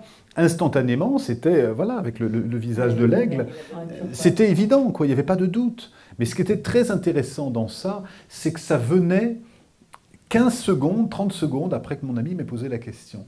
Et ce genre de signes qui sont subtils, bien sûr, quelqu'un dans la salle pourrait dire « Oui, mais c'est normal, il y a les bagues d'aigle, il y en a de temps en temps, l'arc-en-ciel, c'est normal, il a plu, il y a du soleil. » La question, c'est, au moment où il se passe quelque chose, qu'est-ce qui nous permet de savoir que c'est un signe, c'est une synchronicité? C'est improbable. C'est improbable que je passe juste, que je la vois. C'est improbable que ça soit ouvert alors que c'était fermé. C'est improbable que la personne me connaisse, me reconnaisse. C'est improbable que la bague m'aille tout de suite. 2, ça provoque une émotion. Instantanément, il y a quelque chose dans le corps qui dit ah, je sais que c'est elle. Je sais que c'est elle. Il n'y a pas de doute. Et 3, ça arrive à un moment donné qui nous permet une évolution. Et il se trouve que je suis en train d'écrire un livre sur les animaux totems, et que donc je travaille avec chaque animal, et comment je fais? J'écris son nom, je passe une semaine avec lui, je le mets sous l'oreiller, et il me donne les informations pour me dire à quoi il sert. Des fois, c'est pas facile. L'autre jour, j'ai le scorpion que je trouve sous l'oreiller. Je lui dis, le scorpion comme animal totem, j'ai dit, celui qui va tirer ça, il va pas être content. Hein. Et puis, c'est pas vrai. En fait, tous les animaux sont là. Donc, je pose la question au scorpion, je lui dis, dis-moi, apprends-moi, en quoi tu peux être un totem de quoi? Et l'information qui me vient, il dit, je suis un opportuniste, je ne chasse pas. Je suis là, j'ai mon territoire qui fait 15 mètres de diamètre. Celui qui vient, que ce soit un lapin, un éléphant ou un humain, je l'attrape. Donc je défends mon territoire. Donc toutes les personnes qui auront besoin de défendre le territoire, elles travailleront avec le scorpion. Et donc j'ai commencé à travailler avec le scorpion, et je me suis dit, waouh, waouh, commencer à travailler avec le scorpion au niveau totem, c'est extraordinaire. Parce que c'est d'une puissance incroyable, le scorpion. Un jour en stage, je fais un travail comme ça pour trouver l'animal totem. Et puis je fais ça sur des papiers, etc. Et quelqu'un tire la grenouille. Et il me dit, oh non, non, pas la grenouille. Ah, j'ai dit, tu la veux pas, bah, tu la remets dans le paquet, prends-en une autre. Il la remet dans le paquet, il y avait 50, il en reprend une deuxième, la grenouille. Il me dit, bon d'accord, c'est quoi la grenouille? Bah, je dis, la grenouille, c'est celle dans le peuple animal qui a la peau la plus douce. Parce qu'on utilise ça pour des onguents et pour faire des soins chamaniques pour les gens qui ont des maladies de peau, d'eczéma, des psoriasis, etc. Et le type change de couleur. Et au moment où je dis ça, je fais ce mouvement-là. Je dis, c'est pour les gens qui ont des eczémas, des choses comme ça. Et la personne lève son t-shirt et il a une trace rouge ici de tout ça. Et voilà. Et donc, et ce qui est incroyable, c'est qu'il a travaillé avec la grenouille 5 jours et les traces ont disparu. Donc, la puissance de l'animal totem. Alors, quelle est la part de l'animal totem? Quelle est la part de l'autosuggestion? Quelle est la part... Moi, je ne mets pas d'énergie à peser le truc. Ça fonctionne. Ça fonctionne. C'est ça qui est important. Oui. Alors, l'image, moi, qui me vient par rapport à ça, c'est comme l'amour de sa vie. Est-ce qu'on peut avoir plusieurs amours dans sa vie? On a un animal totem qui nous correspond. Voilà. Maintenant, on ne va pas forcément le rencontrer. C'est comme l'amour de sa vie. On peut vivre une vie amoureuse très épanouie et avoir rencontré 4 ou 5 ou 6 partenaires ou plus dans sa vie. Chacun va nous apporter quelque chose. Je vais passer 3 ans avec elle, qui va 3-4 ans avec elle. Il va se passer quelque chose à chaque fois. L'animal totem, c'est pareil. Mais il y en a un qui est majeur. Et on peut en avoir d'autres qui se présentent, un animal de guérison, un animal qui vient nous aider à un moment donné particulier. Et là, si vous commencez à travailler avec les animaux totems, ça peut être très très puissant. Et l'animal totem, on peut aussi envisager alors à ce moment-là de se coucher ce soir en se demandant, bah tiens, je voudrais bien rêver de mon animal totem. Ouais. Non, on n'est pas obligé de faire un voyage chamanique. En fait, il y a peut-être des solutions. Le voyage chamanique, c'est quoi? C'est permettre, si je veux être un peu scientifique, pragmatique, ça va être d'une part de permettre de mettre le cerveau sur une onde, sur une fréquence vibratoire adaptée. Donc de ralentir les ondes pour pouvoir capter cette information et ensuite être disponible. Si je me dis, bah non, j'ai essayé ton truc, ça n'a pas marché, non, bien sûr, ça fonctionne, mais pas au moment où on l'attend forcément. Mais à un moment donné, ça va venir, oui, si ça doit venir, ça viendra. Ouais. Et travailler avec son animal totem, ça va être lui demander qu'il nous guide. Alors, l'animal totem, il est à notre service. Donc le tout, c'est pas de se dire, ouais, moi je connais mon animal totem, tu comprends, attends, c'est l'ours, avec 90, et toi c'est quoi? C'est la brebis, ah ouais, attends, moi c'est l'ours. Non, c'est qu'est-ce qu'on en fait? Qu'est-ce qu'on en fait? Si jamais je veux, par exemple, l'histoire du scorpion, si jamais je veux avancer dans ce terrain-là, je vais travailler. Je peux développer mon activité. Si j'ai besoin de développer mon activité, je vais prendre... Moi, ça m'arrive de travailler avec le lion, par exemple. Dans les moments où j'ai besoin de rayonner, je vais travailler avec le lion. Et là, je l'appelle aussi. Je l'appelle, ou j'appelle un animal qui peut m'aider pour ça. J'ai besoin de développer telle qualité. Soit mon animal historique va pouvoir m'aider, soit sinon, il a la possibilité d'envoyer quelqu'un. Donc, tu as bien une équipe d'associés. Il y a une équipe d'associés. Oui, parce que l'animal totem, il correspond à notre fréquence, à notre vibration. L'aigle, par exemple, c'est celui qui prend du recul, toujours, et puis qui est dans l'équilibre. Et moi, toute ma vie, ça a été une recherche permanente d'équilibre entre le trop pragmatique matériel et le trop spirituel. Et je passe ma vie à être en équilibre. Et l'aigle, quand il perd une plume sur une aile, qu'est-ce qu'il fait? Il s'enlève une plume sur l'autre aile pour retrouver son équilibre. Donc c'est un animal qui, pour moi, me va bien. Mais il y a des moments où ça peut être un peu trop perché et où j'ai besoin de quelque chose. Un jour, tiens, je battais le tambour. Allez, je vous montre ça. Vous m'êtes sympathique, je ne le montre pas à tout le monde. Mais je battais le tambour et je demande à mon tambour, parce que pour le chaman, tout est vivant et tout a un esprit. Et donc je demande à l'esprit du tambour, j'ai dit, j'ai besoin de que tu me montres exactement où jouer le tambour. Parce qu'il ne faut pas taper n'importe où, il y a la bouche, il y a les oreilles, etc. Et j'ai une image qui me vient, c'est un éléphant qui m'apparaît en vision, qui me demande de monter sur son dos. Et il me dit, tu tapes exactement ici. Et donc, je tape le tambour pendant 1 heure, et puis après, Je me dis, wow, c'était vraiment beau voyage, et je regarde, et ici, il y a complètement un éléphant avec l'oreille, l'autre oreille, le dos, le front, la trompe, l'œil, les rides de l'œil, la bouche, tout y est là. Et c'est pareil, tout ça c'est subtil. J'aurais pu jouer du tambour pendant 1 an sans voir cet éléphant. Mais ça demande à un moment donné de changer le regard. Changer le regard. Si je vous regarde face à moi, je vais voir votre robe avec le noir, le blanc, le rouge, et puis je peux voir que c'est du coton, et puis je peux élargir aussi à un moment donné. Vous savez, c'est un petit peu comme quand on regarde les choses de relief en 3D. On regarde, il n'y a rien qui vient, puis à un moment donné, ah ça y est, j'y vais, ah oui, il était derrière, ça y est, je vois. Vous voyez de quoi je parle, ces choses en relief. Et puis après, je le repère. Il y a beaucoup de choses, peut-être vous faites ça sûrement l'intuition. Je fais ça, ouais. Voilà. Et c'est un entraînement. C'est un entraînement. C'est apprendre à voir autrement. Ça, c'est Voilà. aussi intéressant. Si je vous demande de regarder là, qu'est-ce que vous voyez? Je vois un kakémono de 2,10 m qui me pèse 1,6 kg. Qu'est-ce que vous voyez? Je vois un ciel bleu avec de la lumière. Qu'est-ce que vous voyez? Je vois un huillon. Il y a tout en même temps. Le tout, c'est où on porte notre regard. Et pour développer l'intuition, on va avoir besoin de changer les prismes et de ne pas se fixer sur un seul prisme. Alors quand on est justement dans ces approches intuitives, chamaniques, de développement spirituel, on peut vite un peu s'égarer. Tu parlais justement, parfois, tu as besoin d'un animal totem un peu plus consistant parce que tu sens que tu es haut perché.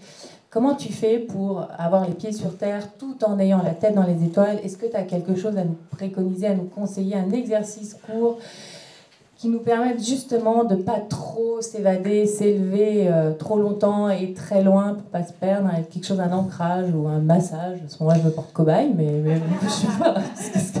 C'est marrant parce que en venant tout à l'heure, je me suis dit, tiens, je vais prendre le tambour, si on a le temps, on fera l'exercice de l'ancrage. Yes. Et après, ça m'a oublié parce que moi j'ai une mémoire qui est de plus en plus, qui me fait de plus en plus défaut. Ça c'est travailler le cerveau droit, tu sais, quand on oui. beaucoup de cerveau droit. Mais du coup, j'ai complètement oublié, je ne l'aurais pas faite. Et là, tu me demandes sensiblement au moment où j'avais prévu, est-ce que tu as perçu? Est-ce que j'ai envoyé? On ne sait pas. En tout cas, l'information, elle est là. Je m'étais dit, ça serait bien de faire le tambour un peu avant la fin de la conférence pour que les gens sentent ce que c'est que l'ancrage. Donc c'est intéressant ce qui se passe là. Moi, j'aime bien m'appuyer sur ce qui se passe. C'est là. C'est là. Je raconte cette histoire, elle est trop belle. Pardonnez-moi, je l'ai racontée dans une autre conférence, si vous l'avez vue sur Internet, j'en suis désolé. Mais elle est trop belle. J'étais avec un groupe dans le désert. Et il y avait 20 personnes. Et il y a une personne qui rate l'avion. Et avant ça, on fait le tour de paroles, et chacun dit pourquoi il est là. Il y a une femme qui me dit, voilà, je vais vous raconter pourquoi je suis là, parce que moi j'avais une très bonne amie, et on était vraiment comme 2 sœurs, et puis cette amie, elle a eu un enfant, elle m'a demandé d'en être la marraine. Donc j'ai été la marraine de l'enfant, on s'est très très bien entendu, et quand l'enfant a eu 15 ans, je me suis disputé avec la mère, et la mère, elle est partie sans laisser d'adresse, et j'ai pas vu l'enfant. Et ça fait 3 ans que je n'ai pas vu cette adolescente, et ça me quitte parce que elle était comme ma fille, et ça fait 3 ans que je ne l'ai pas vue. Et donc je sais simplement qu'elle est peut-être en Belgique, je viens donc au désert pour enterrer ma peine. Et je vous disais, il y avait 20 personnes qui étaient là, il y en avait 21 qui étaient inscrites, il y en avait une qui n'était pas venue, qui m'appelle pour me dire, j'ai raté l'avion. Et je lui dis, alors que je ne dis jamais ça, je lui dis, toi tu te débrouilles comme tu veux, mais tu viens. Tu viens jusqu'à Marrakech, on enverra une voiture, mais tu viens. Et ce que je dis jamais, je laisse toujours fermer. Là, ça me dit, ok, tu viens.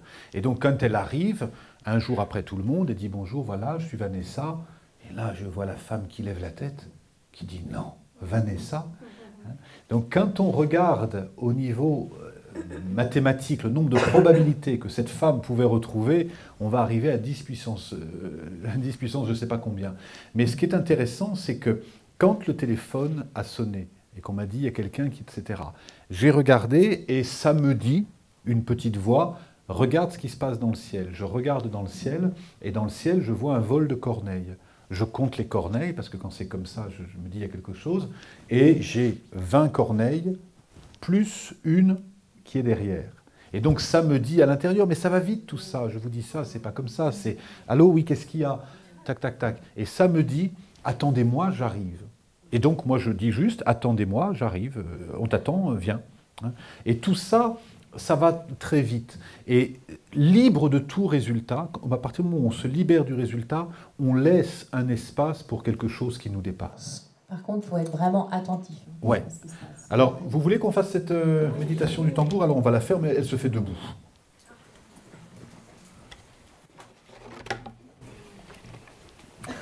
Comme j'aime bien donner mes sources, c'est une méditation qui était effectuée par nos ancêtres celtes, qui avaient besoin justement d'être dans la terre, parce que dès qu'on s'élève dans le ciel et dans le subtil, le danger c'est de partir. Les deux tendances qu'on pourrait avoir, c'est soit d'être trop terre à terre et de ne rien sentir, soit d'être tout le temps barré et de ne pas être ancré. Et nous, on est entre les deux.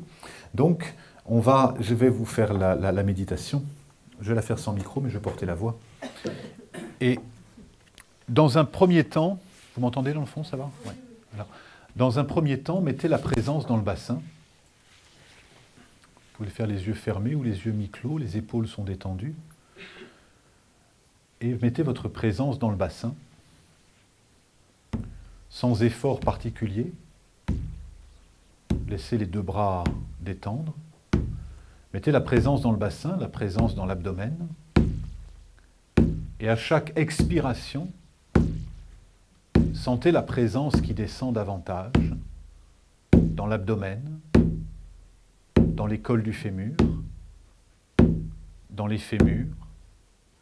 Sentez votre présence, votre conscience qui descend à chaque nouvelle expiration dans les cuisses, au niveau des muscles, au niveau des os.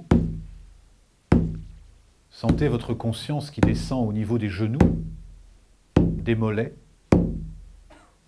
Sentez votre conscience qui descend au niveau des chevilles, des talons, de la voûte plantaire. Et visualisez sous les pieds les pores de la peau qui se dilatent et des racines qui viennent à chaque expiration traverser le plancher, traverser l'étage, toucher la terre, pénétrer dans la terre, à 1 mètre, 6 mètres, 10 mètres. Et à chaque expiration, sentez ces racines descendre davantage, à 100 mètres, 1 kilomètre, 10 kilomètres. Sentez ces racines pénétrer la terre à 100 km, 1000 km, plusieurs milliers de kilomètres, jusqu'à toucher le noyau de la terre. Et visualisez les racines qui entourent le noyau de la terre. Et à chaque inspiration, visualisez sous forme d'une lumière de couleur rouge qui remonte comme une sève le long de vos racines à plusieurs milliers de kilomètres, plusieurs centaines de kilomètres, plusieurs kilomètres.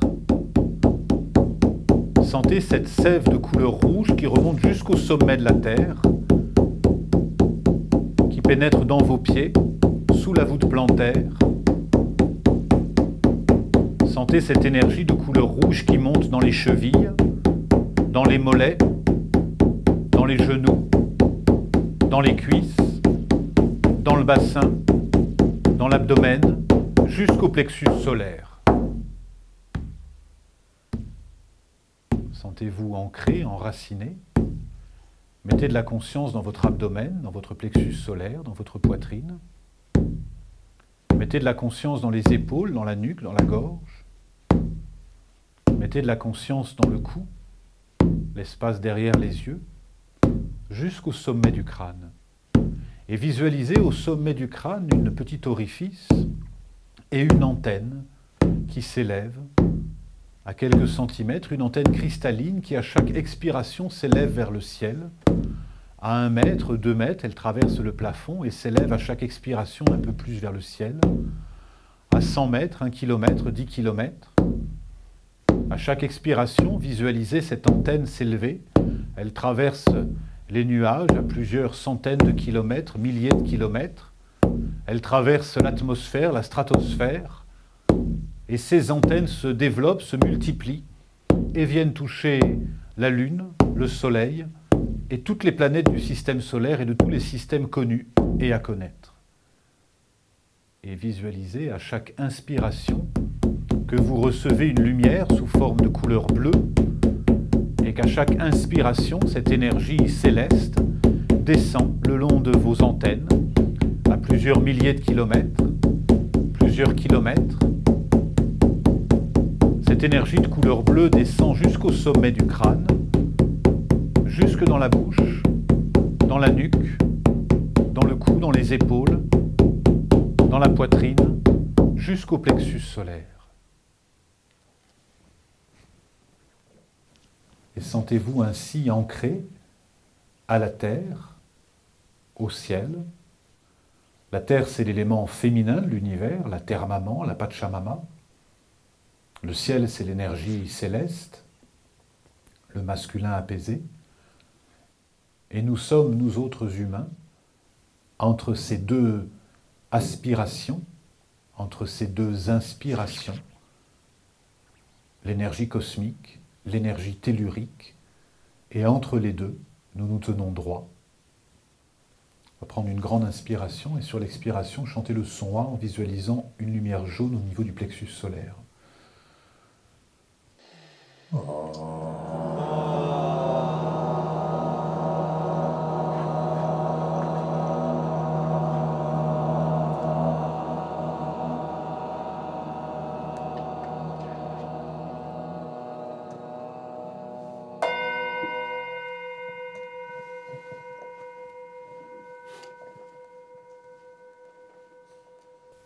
Ok, puis ouvrez les yeux tout en gardant cette présence à vous.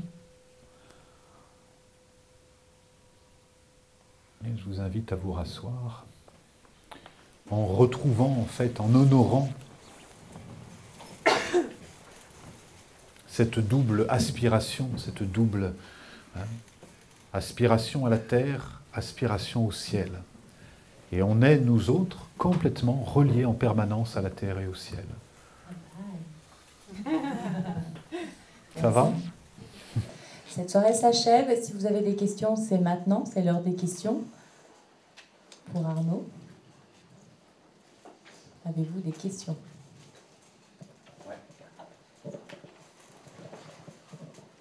Bonsoir. Ma question, c'est l'intuition par rapport à l'intention.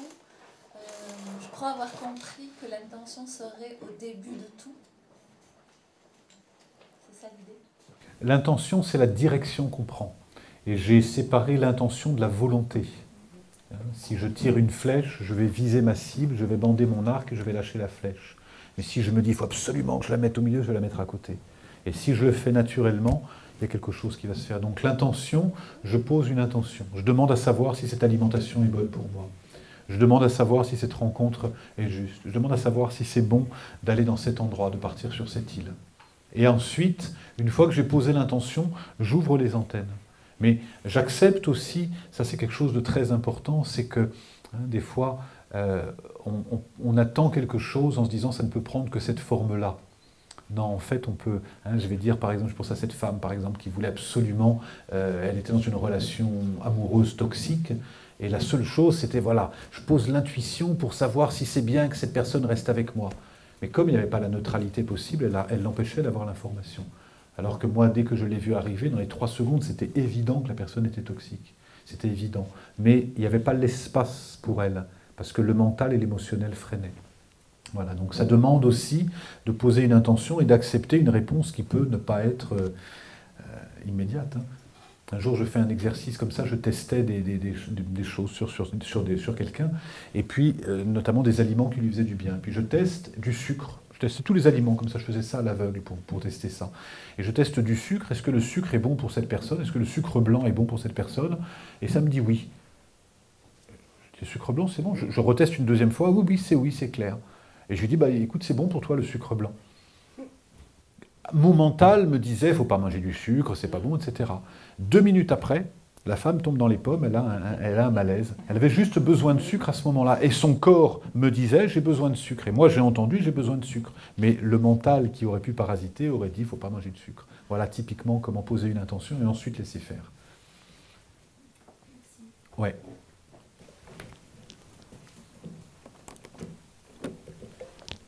Bonsoir. Est-ce qu'on peut avoir des réponses sans véritablement poser des questions? Alors, on se rend pas compte qu'on pose des questions, peut-être. Oui, mais le tout, c'est qu'on ne va pas savoir où les mettre. On va savoir où mettre les réponses. Oui. Les informations, elles sont tout le temps. Hein. Les informations, vous en avez tout le temps. Mais plus vous avez, si vous n'avez rien demandé, pour aider quelqu'un, il faut qu'il soit en demande. Si vous n'avez pas de demande, les informations, vous ne les capturez même pas. Il y a des choses qui vont venir, mais qu'est-ce que vous allez en faire? Elles sont là, hein, mais qu'est-ce que vous allez en faire? Posez une question. Ouais. Il vaut mieux.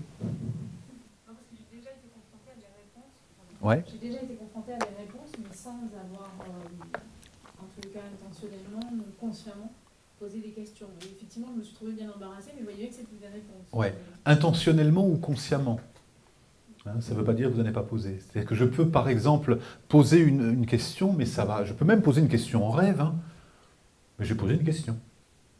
Mais je ne suis pas conscient de l'avoir posée. Et le lendemain matin, je vais avoir une réponse. Une question de conscientisation. Ouais.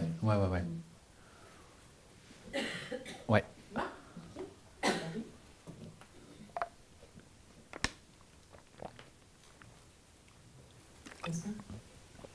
Comment est-ce qu'on sait si on est dans un excès d'interprétation de signes? Je m'explique, vous avez compté 21 corneilles, vous étiez au téléphone.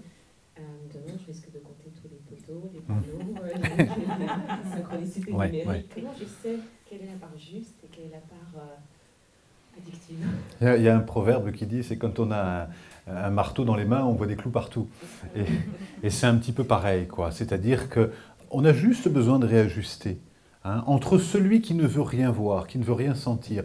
Moi, je raconte dans mon bouquin le chaman, moi, ce qui m'a amené dans cette voie du milieu, c'est que j'avais mon père qui était hyper pragmatique, qui voulait rien entendre, rien voir, et ma mère qui était médium et qui voyait des signes partout.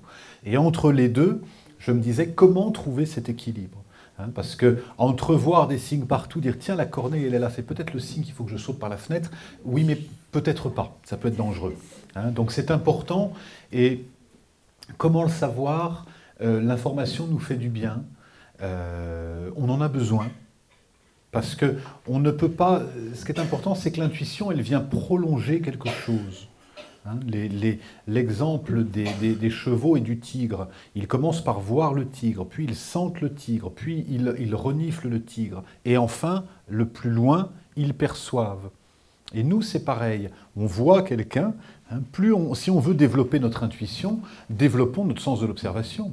Et on va observer que, tiens, quand je pose la question, elle a un petit mouvement en arrière. Quand je lui demande si elle veut venir au restaurant, elle a un petit mouvement en arrière. Et puis sa mâchoire fait comme ça. Donc, j'ai une information, elle est aussi bonne. Hein. Et l'intuition vient confirmer quelque chose que j'ai déjà observé. Là, ça fait la différence aussi entre les coïncidences et les synchronicités. Là, on est dans les coïncidences. La synchronicité, il faut qu'elle ait un impact émotionnellement. La différence entre coïncidence et synchronicité, une synchronicité, ça répond à une demande consciente hein, ou inconsciente. C'est une réponse à une demande et qui a du sens en fait, qui répond à un moment, à un instant T pour vous et qui a un impact parce que vous savez, vous la comprenez immédiatement en fait. La coïncidence, vous passez à côté, ok, il y a 21 poteaux et puis vous allez voir le chiffre 21 pendant toute la journée, etc., etc., et 21h21, etc. Voilà, après c'est à vous de faire la part des choses aussi. Et de détecter qu'est-ce qui a du sens pour vous en fait, c'est ça. Ouais. Et c'est vraiment le prolongement de quelque chose. J'insiste là-dessus, parce que je vais voir quelque chose et je vais finir par avoir cette intuition qui vient confirmer en général quelque chose, hein, que j'ai vu, que je sais. En fait, profondément, on sait. Vous savez exactement ce qui est bon pour vous. Vous savez, moi, quand j'ai arrêté de manger de la viande, par exemple, ça fait 20 ans que je ne mange plus de viande, à un moment donné, ça me disait, ok, c'est bon, tu n'as plus besoin de manger de viande. Puis après, ça m'a dit, ok, tu n'as plus besoin de manger de poisson. Puis après, plus d'animaux. Et il y a 3 ans de ça, par exemple, je me disais, tiens, j'ai l'impression de manquer de fer. Je le sentais dans mon corps, je ne saurais pas vous dire comment. Et je me suis dit, tiens, je vais vérifier ça. Et je suis allé faire une analyse de sang, je lui ai dit, est-ce que vous pouvez me confirmer que je manque de fer?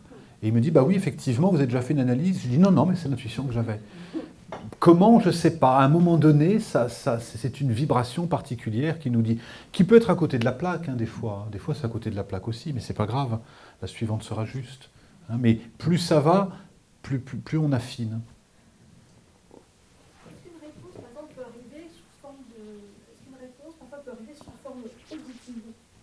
Alors, ça peut arriver une fois seulement, une seule fois, comme si on soufflait, si on y attend, on soufflait une réponse à l'oreille, qui est assez étonnant. Alors, est-ce que ça peut arriver? Si ça vous est arrivé obligatoirement, oui.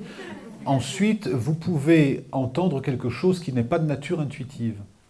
L'intuition, c'est particulier. Là, on parle d'intuition. Mais vous pouvez être clairaudient. Mais là, ce n'est pas l'intuition, c'est autre chose. Clairaudient, c'est que vous allez capter une fréquence de quelqu'un qui vous parle, qui est ici ou ailleurs, et qui vous transmet quelque chose. Là, ce n'est pas intuitif, c'est autre chose. Un voyant, un médium, en général, est intuitif, mais ce qu'il va capter, c'est autre chose que l'intuition. Ça se rapproche, mais c'est pas... Est-ce que les insights ou des visions qu'on peut avoir de manière inattendue, est-ce que c'est lié à l'intuition? C'est pareil, c'est lié, mais ça n'est pas forcément uniquement de l'intuition. Vous pouvez aussi avoir un flash de capter quelque chose qui n'a rien à voir avec ça. Mais c'est très proche tout ça, hein. C'est ce qui fait que le chaman, le médium, le channel, il est un canal.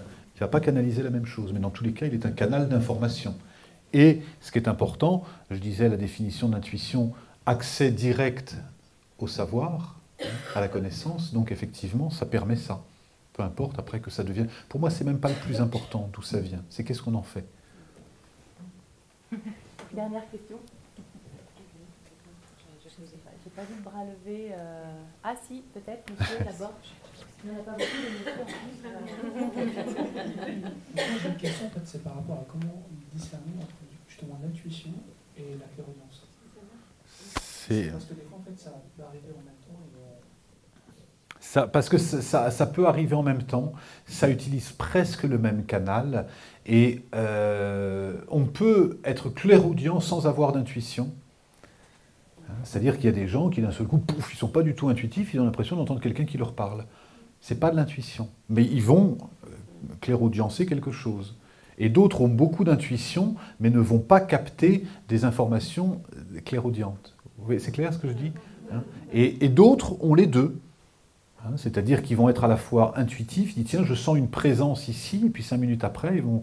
Voilà, c'est comme certains voient les auras, d'autres les sentent, d'autres, moi je les perçois avec la main. Je travaillais avec un maître qui, lui, les sentait au nez, hein, c'est-à-dire qu'il percevait vraiment au nez, il me disait exactement. Et donc, on a fait beaucoup d'exercices, comme ça, les yeux fermés, hein, et à 8 mètres, il disait tchac, c'est lui qui arrive. Mais comme les animaux, encore une fois, hein, ça n'a rien d'exceptionnel. Les enfants, bien sûr. Ouais. Merci. La soirée s'achève. Alors, si on peut conclure, il faut rêver, il faut jouer comme des enfants. Il faut s'écouter intérieurement parce qu'on est, voilà, on a plein de ressources en nous. Hein, on est tous des petits chamans en nous. Et développer la joie, le bien-être, s'émerveiller, s'écouter. Se libérer de l'enjeu, la vie est magnifique. Se libérer de notre cerveau gauche. Ouais. J'ai mis du temps à la voir, j'ai mis du temps à l'admettre, j'ai mis du temps à le dire. Que la vie est magnifique, qu'on a une chance extraordinaire d'être ici. Dieu sait si j'ai détesté cette incarnation. Et aujourd'hui, vraiment, oui, vraiment, vraiment, vraiment. Et aujourd'hui, je me régale, je me dis... Quand je dis détester l'incarnation, c'est tout le chemin pour arriver ici. Et aujourd'hui, je dis, ok, c'est rien. S'il fallait le refaire, je le referais, parce que je trouve tellement que cette expérience, je terminerai sur cette image, parce que je trouve tellement que cette expérience est extraordinaire, que la vie est magnifique, et qu'on a un terrain de jeu extraordinaire pour nous élever, parce que la nature de l'âme, c'est de s'élever, et pour ça, on a besoin de faire une expérience terrestre. Et nous ne sommes pas des êtres physiques, faisant une expérience spirituelle, nous sommes des esprits nous amusant à vivre une expérience terrestre. Merci.